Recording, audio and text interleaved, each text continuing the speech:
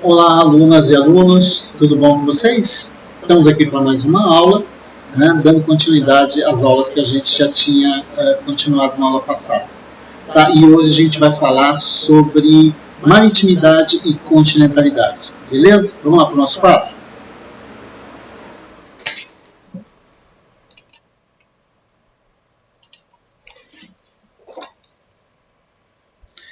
Então, pessoal, maritimidade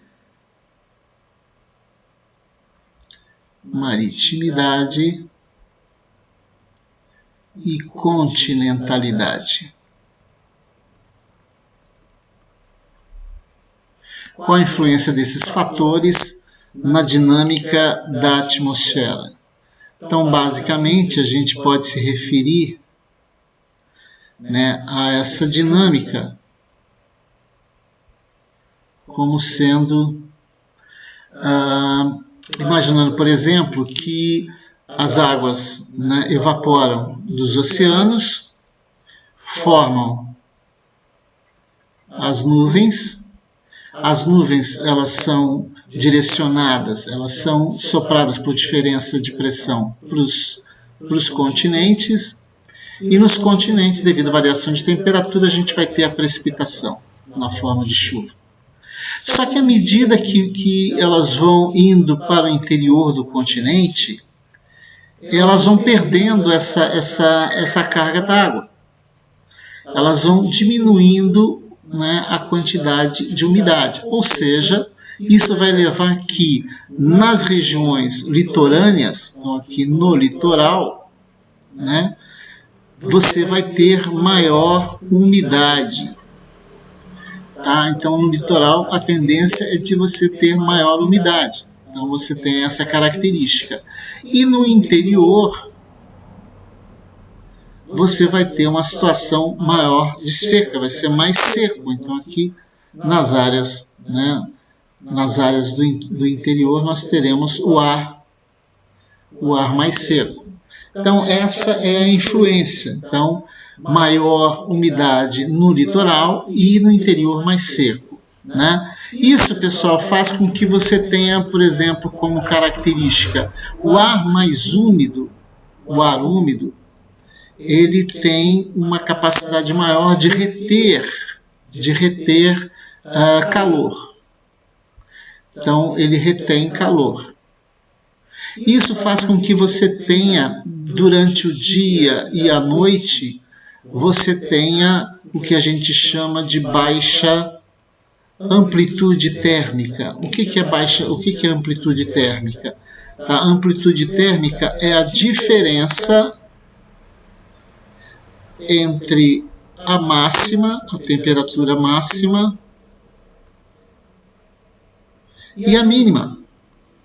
Então, por exemplo, durante o dia, a temperatura pode chegar a 36 graus Celsius e à noite ela cair para uns 30 graus Celsius. Tá? Como o ar no interior ele é mais seco, a tendência do ar ser mais seco, então o ar seco faz com que você tenha uma perda de calor maior. O ar ele perde rapidamente o calor. Isso vai fazer com que a amplitude térmica ela seja maior. Então você vai ter maior amplitude térmica.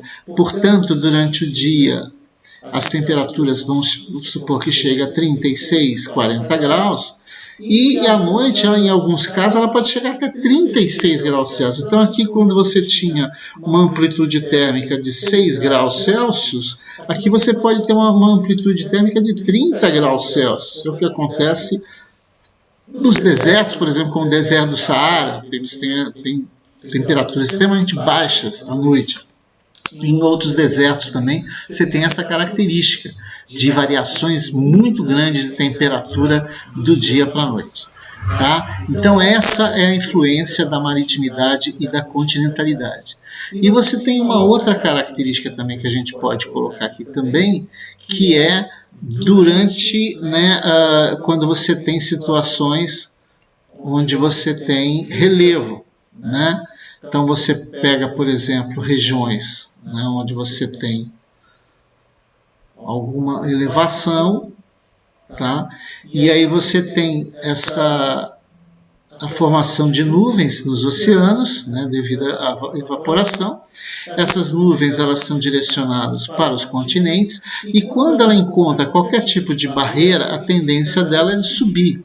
Só que quando ela sobe, a gente sabe que quanto maior a altitude, menor temperatura. Consequentemente, você vai ter processos de condensação e a chuva ela vai se concentrar nessa área, né, a barlavento que a gente fala, que fica a favor do vento. A sotavento, a umidade ela não chega. Então existe uma tendência de formar, por exemplo, desertos nessas áreas do interior, devido, né, à ausência de umidade. Né? A umidade não consegue chegar nessas regiões, então você tem, né, essa característica diferenciando aí, né, os desertos, a continentalidade e a maritimidade. Então você tem regiões próximas ao litoral, né, a influência da maritimidade, né, e o relevo atuando como barreira, a passagem da umidade, e o interior você tem áreas secas. Tá? Então essa é a influência que pode ter no processo de influência da maritimidade, da continentalidade e do relevo nas temperaturas, umidades e na pressão atmosférica. Tá? Então todos esses elementos eles vão ter variações em função desses três fatores: a proximidade dos oceanos, a distância dos oceanos e a existência de barreiras geográficas, de barreiras orográficas em relação à passagem da umidade. Isso vai ter influência nas temperaturas, nas amplitudes térmicas, na umidade e também na pressão atmosférica. Tá? Beleza?